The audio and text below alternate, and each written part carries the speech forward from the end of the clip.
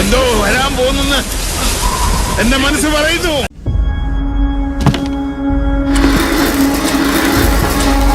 ആരാ ആരാ ആരാ ആരാ ആരാത്?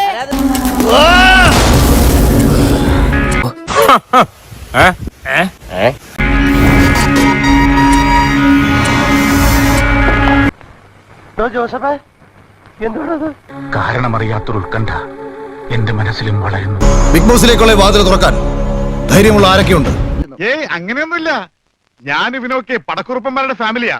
ജഗലുടെ രക്തമെന്ന് പറയുന്നത് ക്ഷത്രിയ രക്തമാ.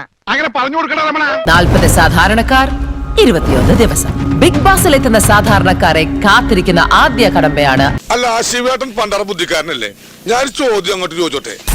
അതായത് സാധാരണക്കാരൻ അതല്ല ഉദ്ദേശം. മാപ്പൊന്നും പറയണ്ട, പൊക്കോ.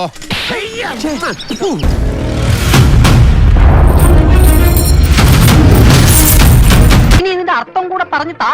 ഈ യുദ്ധം ജയിക്കുന്ന ഒന്നോ അതിലധികമോ സാധാരണക്കാരായിരിക്കും ഇത്തവണ ബിഗ് ബോസിലേക്ക് എത്തുക.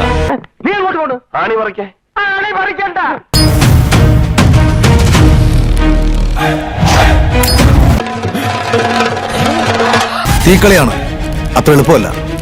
ബിഗ് ബോസ് പോലെ തന്നെ ടഫാണ് അഗ്നിപരീക്ഷയും. ഈ കേസ് എന്നെ സംബന്ധിച്ചിടത്തോളം ഒരു തുമ്പി കല്ലെടുക്കുന്നത് പോലെ നിസ്സാരമാണ്. ഞങ്ങളും നിങ്ങളും കൂടി ഇതിൽ നിന്നും തിരഞ്ഞെടുക്കുന്നത് ഏറ്റവും മികച്ച മത്സരാർത്ഥികളെ ആയിരിക്കും.